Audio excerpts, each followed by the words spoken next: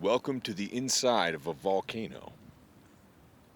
We're at Capulin National Monument in New Mexico, and this thing blew to pieces 60,000 years ago or so. Or at least that's what the conquerors tell us.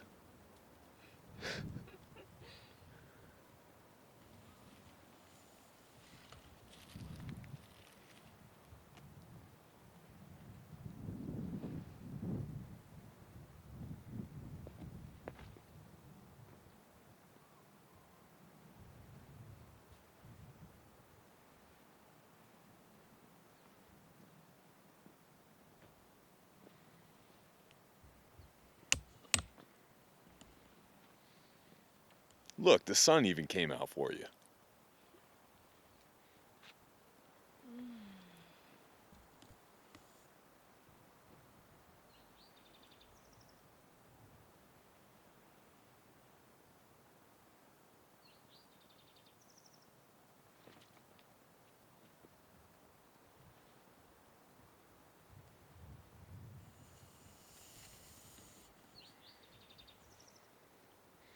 See you next time.